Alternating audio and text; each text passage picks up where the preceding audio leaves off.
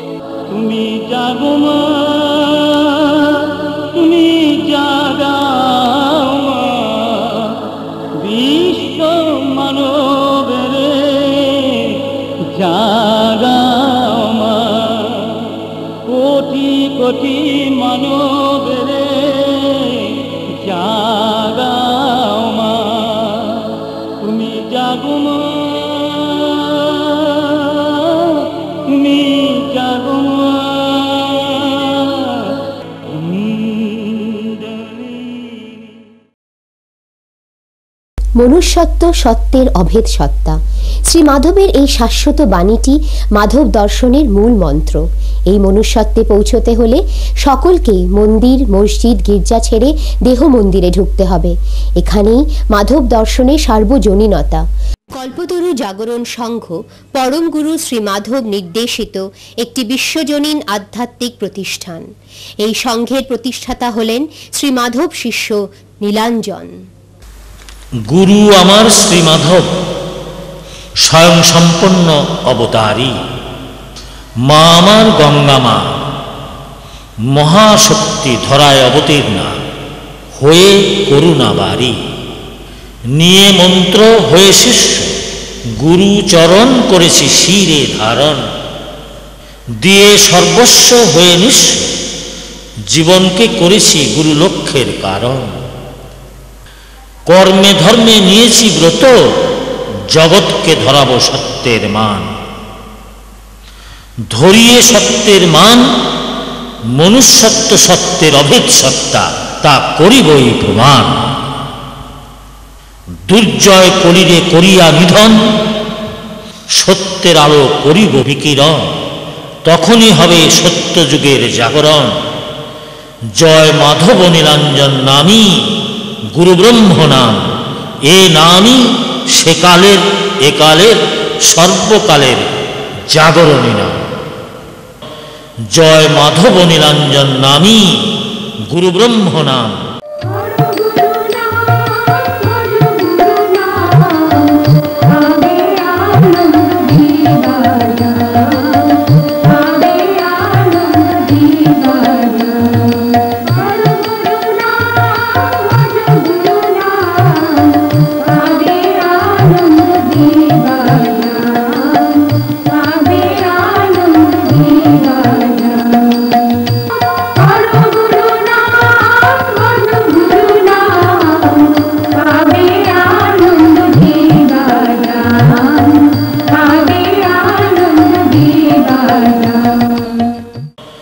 জয় মাধব নীলাঞ্জন নামী গুরু ব্রহ্ম নাম।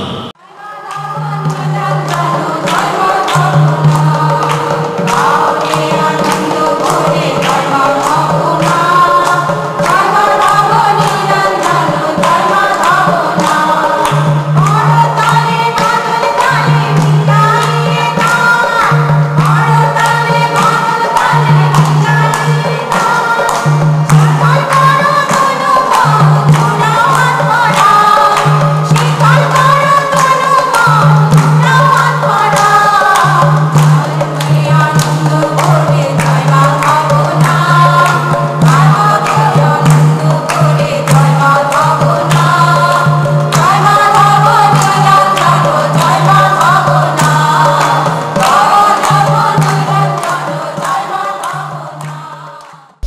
প্রথম গ্রামের অনতি দূরে বাদুতে শীতল আম্রকুঞ্জে গড়ে উঠেছে সংঘের মূল কেন্দ্র মাধব নিলয়। এবং কলকাতা যশোর রোড সংলগ্ন শ্যামনগরে তিনের এই নয়াপট্টি রোডে রয়েছে এর শাখা কেন্দ্র।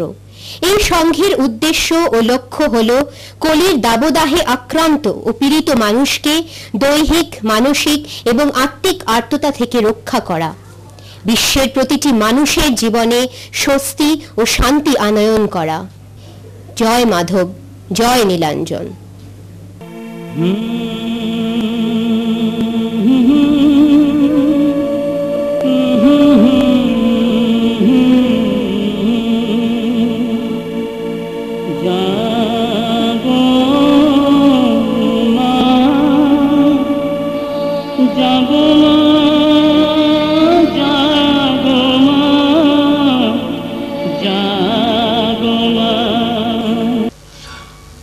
আলোচনা দু রকমের, একটা জাগতিক, একটা আধ্যাত্মিক।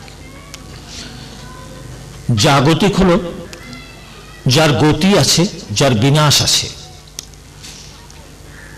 এই বিশ্বে যা কিছু সৃষ্টি হয়েছে, যা কিছুর জন্ম হয়েছে, তার মৃত্যু আছে, শেষ আছে, বিনাশ আছে।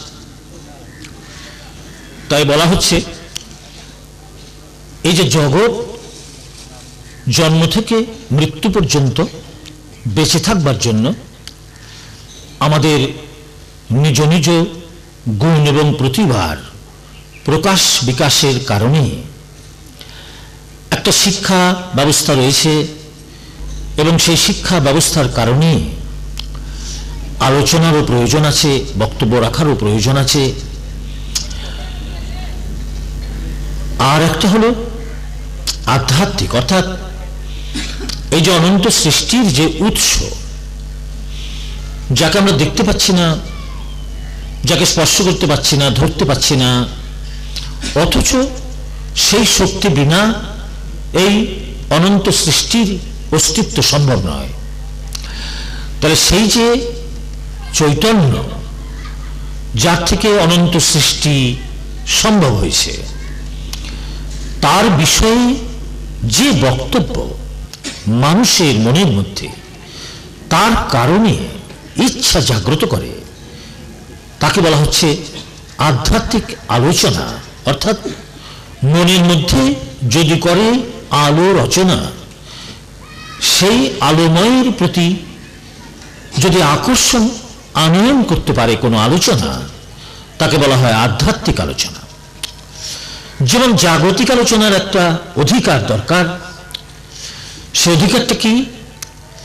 বই পড়ে, কানে শুনে, চোখে দেখে আমরা যে জ্ঞান লাভ করি, সেই জ্ঞানটাই যারা অজ্ঞান তাদের আমরা দেই।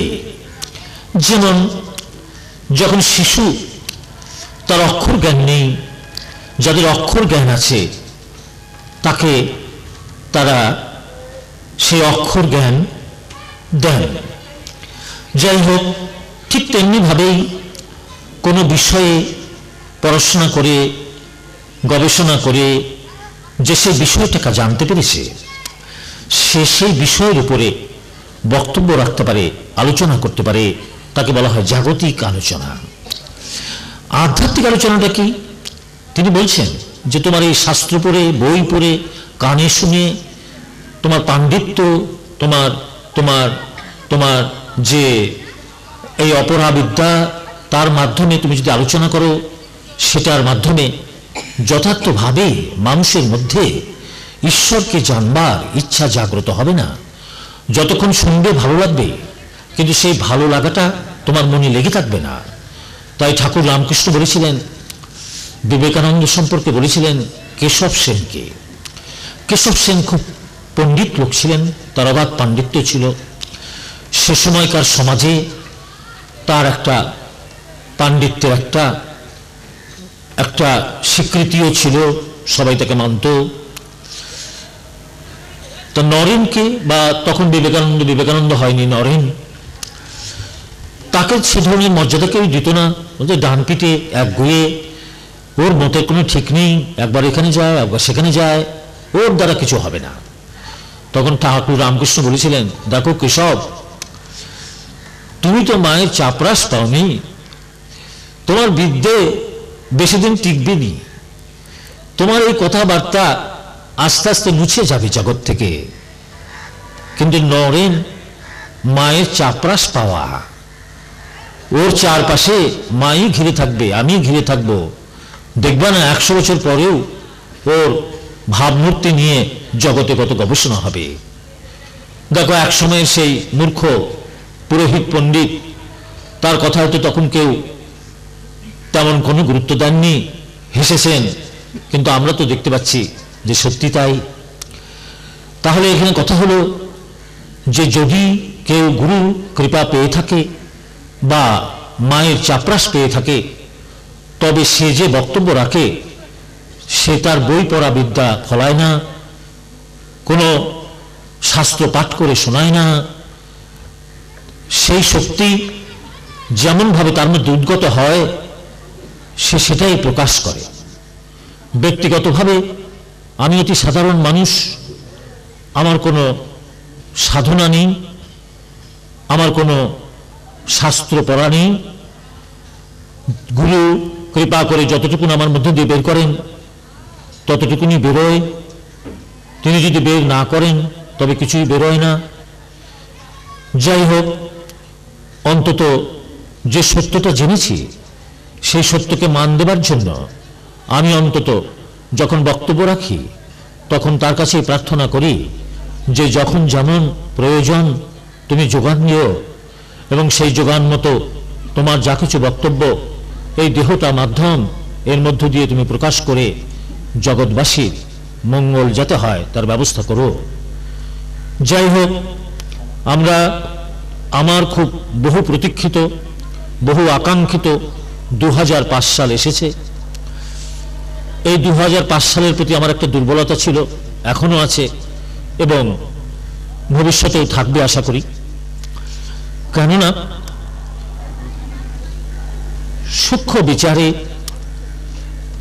আমাকে উপরওয়ালা যেটুকুন জানতে দিয়েছেন সেই জ্ঞানে আমি এটুকুন জানতে পেরেছি যে কলি প্রভাবিত মানুষ, এটা কলিযুগ চলছে, সেই কলি প্রভাবিত মানুষের জীবন ত্রিমাত্রিক ধারায় বয়ে যায়।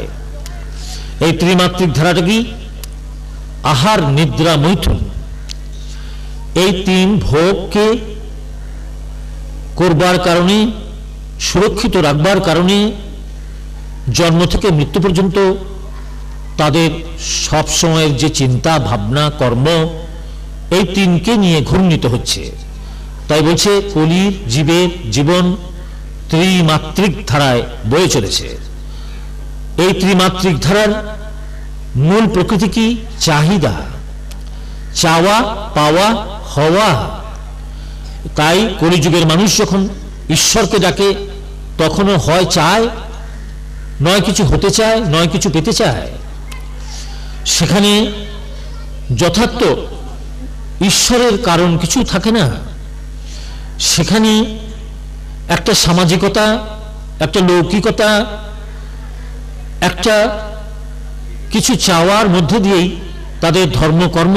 তাই কলির মানুষ যতই ধর্মকর্ম করুক, সত্যের পথে, ধর্মের পথে পদচারণা করা তাদের পক্ষে সম্ভব নয়। যাই হোক, 2004 থেকে এই ত্রিমাত্রিক জীবনের যে প্রভাব সেটা ধীরে ধীরে কমতে শুরু করেছে এবং 2005-এ এমন একটা জায়গায় যাচ্ছে যে মানুষ চতুর্মাত্রিক জীবনের মধ্যে প্রবেশ করতে চলেছে। এই চতুর্মাত্রিক জীবনটা কি? আহার, নিদ্রা, মৈথুন। এ তো জৈব ক্ষুধা। মা বলছেন আমি তো ক্ষুধা রূপে তোর মধ্যে বাস করছি। এই জৈব ক্ষুধা নিবৃত্তি করাটা অপরাধ নয়, অধর্ম নয়। তুমি তোমার সামর্থ্য অনুযায়ী, তোমার যোগানের মাধ্যমে, প্রয়োজনে তুমি তোমার ক্ষুধার নিবৃত্তি চেটে পুটে করো, সেটা অধর্ম নয়। কিন্তু তোমার জীবনের লক্ষ্য কি সেটা আগে ঠিক করো। তুমি ক্ষুধা নিবৃত্তি করে বেঁচে থাকার জন্য এসছো, না এই ক্ষুধা নিবৃত্তি করে সুন্দর দেহ নিয়ে সুন্দর মন নিয়ে তুমি সেই পরমের ক্ষুধা জাগ্রত করে তুমি নিজের ঘরে ফিরে যাবার জন্য এসছো, সেটা চিন্তা করো। তুমি মানুষ, বলছে তোমারই একমাত্র নিজের মান সম্বন্ধে হুঁশ আসতে পারে, ঈশ্বরের মান সম্বন্ধে হুঁশ আসতে পারে। সেই হুঁশ থেকে তুমি বেহুশ হয়েছ, সেটা কি কখনো চিন্তা করো?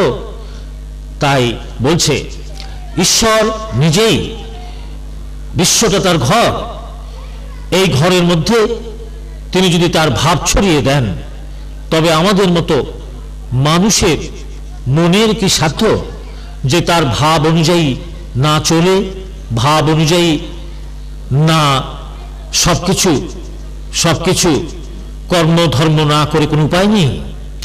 যেমন জমি যেমন সার, তেমনি তো ফসল হবে। তাই বিশ্ব জমিনটার যিনি চাষা, তিনি তো আমাদের আশা ভরসা, তিনি তো আমাদের প্রাণারাম, আমাদের অস্তিত্বের মালিক। সুতরাং তিনি যদি তার এই ভূমিকে তেমনভাবে সার বিতরণ করেন, ভাব বিতরণ করেন, তাহলে আমরা তো তার ভূমির ফসল। সেই ফসল যে ফল দেবে, সেই ফলে আমরা যেমন নিজেরা অমৃতের আস্বাদন পাব, ঈশ্বরও তেমনি অমৃতের আস্বাদন পাবেন। কেননা তার কোনো আস্বাদন নেই, তিনি তার ভক্তদের মাঝেই, এই বিশ্বের মানুষের মাঝেই তিনি তার প্রেমকে আস্বাদন করেন। যাই হোক, তাহলে এই যে 2005 সাল চতুর্মাত্রিক জীবনে আমাদের পদক্ষেপ, এই চতুর্মাত্রিক জীবনের চতুর্থ মাত্রাটা কি? চতুর্থ মাত্রাটা হলো যে আমি কে, আমার দেহের মধ্যে সবই আমার দেহ, আমার মন, আমার বুদ্ধি, আমার চিত্ত, আমার হাত, আমার পা, আমার চোখ, আমার নাক, আমার কান, আমার বাড়ি, আমার বাবা, আমার মা, আমার ভাই, আমার বোন, আমার টাকা পয়সা, আমার চাকরি, আমার বিদ্যা, আমার স্বাস্থ্য, সব আমার। তাহলে আমিটাকে এই আমিকে জানাই হলো স্বামীকে পাওয়ার উপায়। কিন্তু আমরা কি কখনো চিন্তা করি যে আমার মধ্যে আমিটাকে? আমরা চিন্তা করি না। কেননা আমরা ত্রিমাত্রিক জীবনের মধ্যে বহির্মুখী ভাবে আহার নিদ্রা মৈথুন এই 3 ভোগের মধ্যে নিজেদের এমনভাবে জড়িয়ে ফেলেছি যে আমাদের প্রতিটি শ্বাসে শ্বাসে এই বিষয় চিন্তার মধ্যেই আমাদের জীবন কাটাতে হয়। তিনি বিষয়াতীত, অর্থাৎ বিষয়ের মধ্যে থেকেও সে বিষয়াতীতকে যাতে আমরা চিন্তার মধ্যে আনতে পারি, মনের স্মরণে তাকে আসন দিতে পারি, সে কারণেই 2005 সাল থেকে ঈশ্বর সমস্ত বিশ্বে এমন একটা শক্তিকে ছড়াচ্ছেন যার মধ্যে থেকে মানুষ নিজের দিকে তাকাবে। আমরা ঈশ্বরকে ওপরের দিকে খুঁজে বেড়াই, তিনি বলছেন আমি তো ওপর থেকে নিচের দিকে তোমাদের দেখছি, তোমরা নিচের দিকে তাকাও, নিজের দিকে তাকাও, তুমি নিজের দিকে তাকাও। তুমি জেনে রেখো তোমার যে দেহ, এর থেকে উৎকৃষ্ট উপাসনা স্থল, উৎকৃষ্ট সাধন স্থল, উৎকৃষ্ট সংশোধনের ক্ষেত্র বিশ্বে আর কিছু নেই। তোমরা মন্দির, মসজিদ, গির্জা দেখছো, ওগুলো তোমরা তৈরি করেছো, কিন্তু তোমাদের দেহ আমার নিজের তৈরি। সুতরাং এই দেহের দিকে দৃষ্টি দাও, এই দেহকে যত্ন করো, বিলাসিতায় নষ্ট করো না, আবার অযত্নে একে ক্ষয় করো না। তোমার দেহকে তুমি যত্ন করো, তোমার দেহের সঙ্গে যুক্ত যারা তাদের যত্ন করো। জেনে রেখো সকলেই আমার, তোমাকে দেওয়া হয়েছে, তোমার এদের উপরে কোনো অধিকার নেই। তোমরা জানো না কেউ এরা কোথা থেকে এসেছে, জানো না কতদিন তোমার সঙ্গে থাকবে। যার যা স্টেশন আসবে সে নেমে যাবে, ফিরে তাকাবে না, কদিন কাঁদবে তারপরে ভুলে যাবে। সুতরাং তোমার সঙ্গে যে সম্পর্ক সেটা মায়ার সম্পর্ক, মায়ার সম্পর্ক যদি না হতো তাহলে তুমি ভুলতে পারতে না। আমরা শোক করি কদিন, 1 মাস 2 মাস, 1 বছর 2 বছর, তারপর তাকে ভুলে যাই, আবার নতুনের সঙ্গে সম্পর্ক করে নতুনভাবে জীবন শুরু করি। তাই বলছেন যে জেনে রেখো তোমার ঘরে যা সবই আমার দেওয়া, তুমি সেবক মাত্র। এই বোধে যদি তুমি নিজেকে সেবা করতে পারো, অন্যকে সেবা করতে পারো, তাহলে ধীরে ধীরে তুমি আমার যে গুরুত্ব, আমার যে অস্তিত্ব তোমার দেহের মধ্যে রয়েছে, সেটা জানবার জন্য তোমার মধ্যে একটা প্রেরণা আসবে, একটা ব্যাকুলতা আসবে, একটা আকুলতা আসবে। এবং সেই আকুলতা ব্যাকুলতা যদি তুমি তুমি মেটাতে চাও, তাহলে তোমার মধ্যে একটা অনুসন্ধান করবার ইচ্ছা জাগবে। সেই অনুসন্ধান করবার কারণে তুমি সাধু সন্ত সঙ্গ করতে থাকো। সাধু সন্ত যত বলা হচ্ছে, তাকে তুমি কি করে জানবে? তুমি তো জগৎ জ্ঞানী জ্ঞানী, কার মধ্যে কি আছে তুমি তো জানো না। তুমি কি জানো পিতলের হাড়িতে সবাই কাকে করে নিয়ে যাচ্ছে? কোন হাড়িতে জল আছে, কোন হাড়িতে দুধ আছে, কোন হাড়িতে মধু আছে, কোন হাড়িতে গুড় আছে? তুমি কি দূর থেকে দেখে বলতে পারবা? পারবা না। সুতরাং তুমি তো জানো না কার মধ্যে কি আছে। তুমি কিসে ভোলো? সাধুর রূপে, সাধুর জ্যোতিতে, সাধুর পরিবেশে, সাধুর জাকজমকে তুমি ভোলো। সত্য কি বলছে? যোশী শোষী, যে হোক সে হোক, সাধারণ হোক অসাধারণ হোক, জাত কুল মান কোনো কিছুর দরকার নেই। যার সঙ্গ করে ঈশ্বরের কারণে তোমার মনে দোলা লাগে, তোমার মনে ভালো লাগে, এবং সেই ভালো লাগাটা তোমার মনে লেগে থাকে, যেন সেই তোমার কাছে সৎ। যদি তার সঙ্গে তুমি সঙ্গ করতে পারো, তার সঙ্গে তুমি যদি লেগে থাকতে পারো, তার সঙ্গে তুমি যদি সম্পর্কিত হতে পারো, তাকে যদি তোমার মনের প্রাণ স্মরণে আসন দিতে পারো, তাহলে ঈশ্বর যে সর্বশক্তিমান, সেই দেহকেই তুমি সর্বশক্তিমান রূপে জানতে পারবে, বুঝতে পারবে। তাই বলছে সৎসঙ্গ করতে হবে তোমাকে। শুধুমাত্র নিজে নিজে শাস্ত্র পাঠ করছো, ধর্মগ্রন্থ পাঠ করছো, মন্দির মসজিদ গির্জাতে যাচ্ছ, তাতে কিছু হবে না। তিনি বলছেন গুরু কৃপাহি কেবলম। গুরু অর্থাৎ মনুষ্য দেহে জাগ্রত চৈতন্য শক্তি, তাকে বলছে গুরু। কেন বলছে? দেখো, একটা মানুষের মধ্যে যে চৈতন্য শক্তি জাগ্রত আছে, সেটা বোঝার উপায় কি? যার সঙ্গ করে তুমি নিজে পরিবর্তিত হবে, তুমি নিজে ধৈর্য সহিষ্ণুতা এগুলো ফিরে পাবে, যার মধ্যে থেকে তুমি আত্মবিশ্বাস ফিরে পাবে, জানবে সেই দেহের মধ্যে গুরু শক্তি জাগ্রত আছে। জগতে ঈশ্বর বিরাজ করছেন সচ্চিদানন্দ রূপে।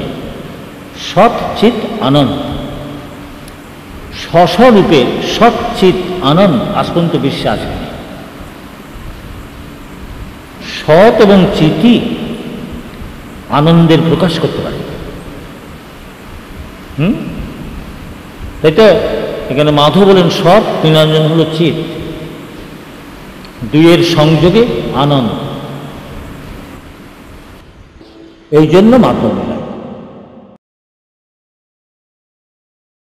জয় মাধব নীলাঞ্জন নামী গুরু ব্রহ্ম নাম। এ নামই সেকালের একালের সর্বকালের জাগরণী নাম। জয় মাধব নীলাঞ্জন নামী গুরু ব্রহ্ম নাম। এ নামই সেকালের একালের সর্বকালের জাগরণী নাম।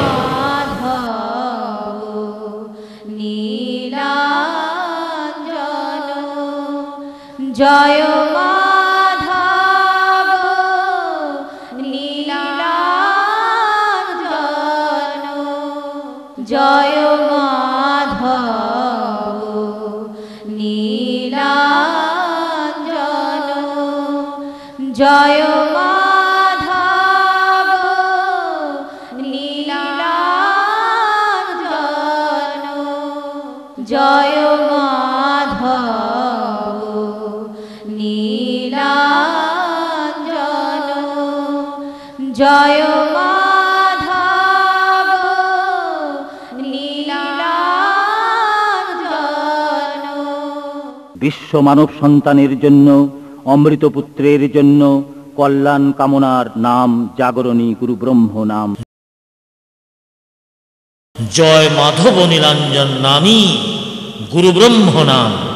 এ নামই সেকালের একালের সর্বকালের জাগরণী নাম।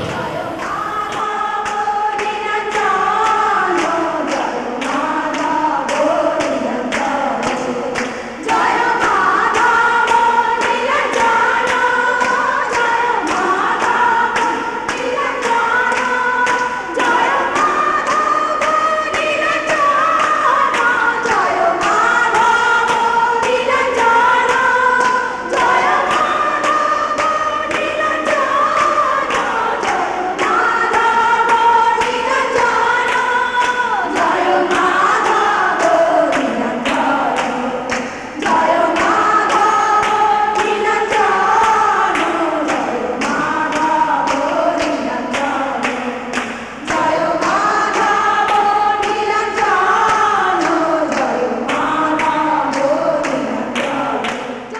এ নামই সেকালের একালের সর্বকালের জাগরণী নাম।